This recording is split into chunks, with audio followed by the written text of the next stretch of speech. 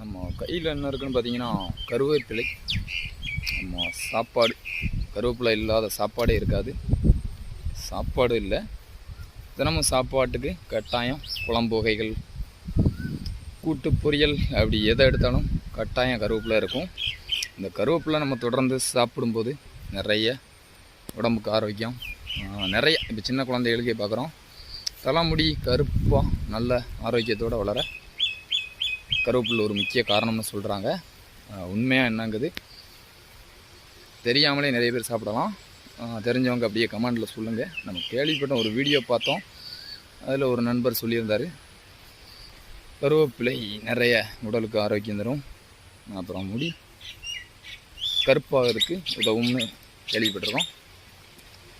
நிறைய இதுலேயே கருவேப்பிலை சாதம், மல்லி சாதம் இந்த மாதிரியாக பண்ணி கொடுத்த குழந்தைகளுக்கு உடம்புக்கு ஆரோக்கியம் தரதை நிறையா நம்ம மறந்துட்டோம்.